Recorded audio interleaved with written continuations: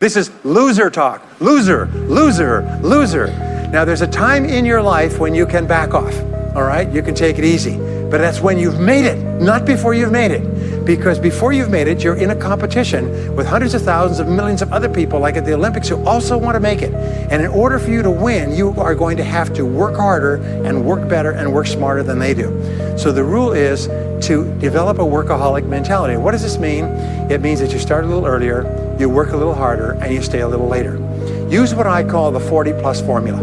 The 40+ formula says that working 40 hours a week gets you survival, and that's all.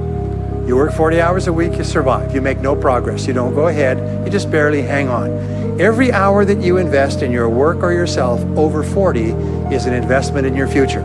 So you can tell what your future is going to be with unerring accuracy by looking at how many hours over 40 you put in. Now, how many hours does the average self-made millionaire in America work until he passes the $1 million mark? 59. Some of them work 70, 80, 90. The average is 59 hours. How much does the average top executive work? 59 hours. So that's rule number one, is the hours you put in over 40. If people say, well, my office is locked and I can't get in more than 40 hours a week, then good. Then spend the rest of the time investing in yourself, getting better at your work when you do it. Now here's my second principle, and this principle changes your life. It is this, is work all the time you work. When you work, work, don't play.